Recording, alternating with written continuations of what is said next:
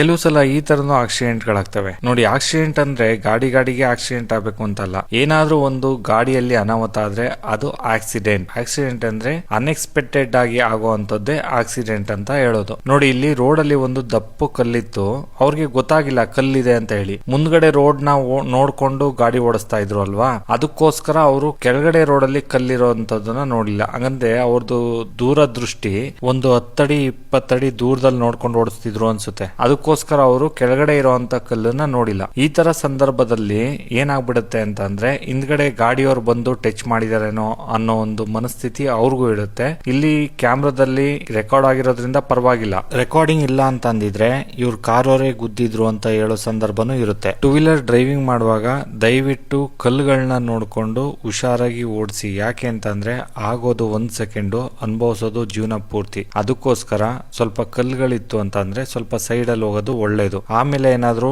Road ಅಲ್ಲಿ ಯಾರಾದ್ರೂ ಕಲ್ಲುಗಳು ಕಂಡ್ರೆ ಈ ತರದ್ದು ದಯವಿಟ್ಟು ಸೈಡ್ಗೆ ತಾಕಿ ಈ ತರ ಅನಾಹುತಗಳು ಆಗೋ ಚಾನ್ಸಸ್ ಇರುತ್ತೆ.